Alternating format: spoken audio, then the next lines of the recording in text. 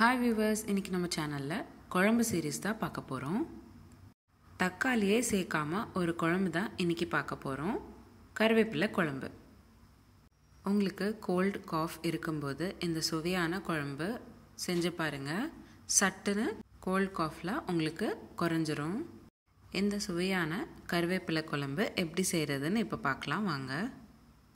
முதல்ல ஒரு கடாய் எடுத்துக்கிட்டு அதில் 40 ml போல் எண்ணெய் சேர்த்துக்கிட்டு கூடவே 15 கிராம் போல் மிளகு, 15 கிராம் போல் சீரகம், அதாவது 3 ஸ்பூன் சீரகம், 3 ஸ்பூன் மிளகு சேர்த்துக்கிட்டு கூடவே 10லேருந்து 12 பூண்டு பல் சேர்த்துக்கோங்க.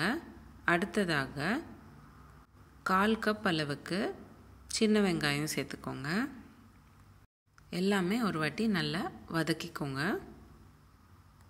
2 நிமிஷம் போல் வதங்கினக்கப்புறம் கைப்பிடி அளவுக்கு கருவேப்பிலையை சேர்த்துக்கோங்க.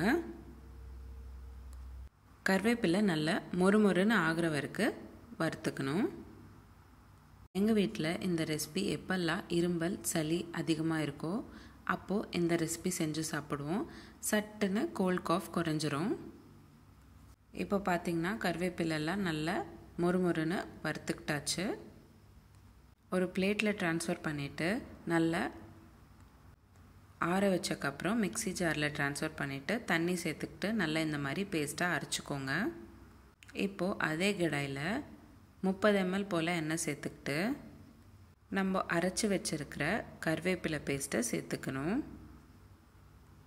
5 நிமிஷம் போல் இப்போது இந்த கருவேப்பிலை பேஸ்ட்டை நம்ம கொதிக்க வைக்கணும்.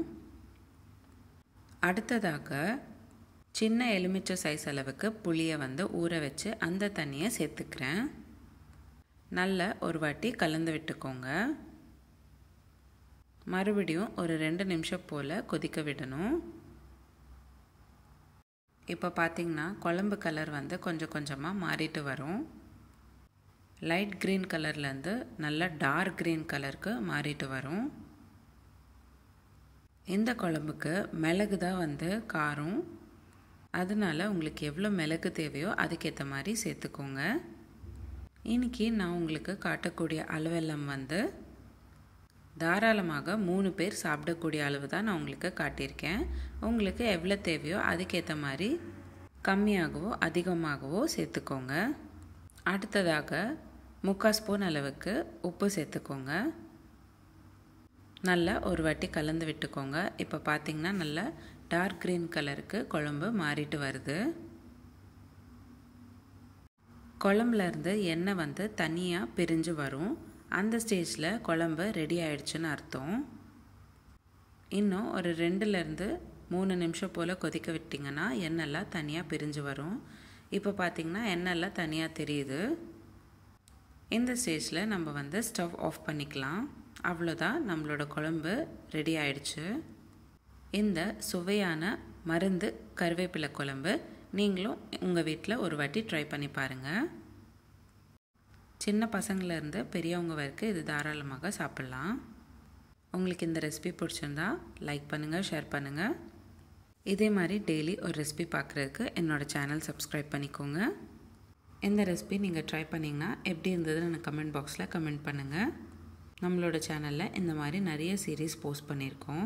Healthy breakfast series, healthy lunch box ideas, kids lunch box ideas, healthy pasta series, healthy ice cream series, healthy milk shake series, healthy laddu series, kootu series, pachadi series, தயிர் pachadi series, healthy starter series, இந்த மாதிரி பல விதமான சீரீஸ் நம்மளோட சேனலில் போஸ்ட் பண்ணியிருக்கேன்.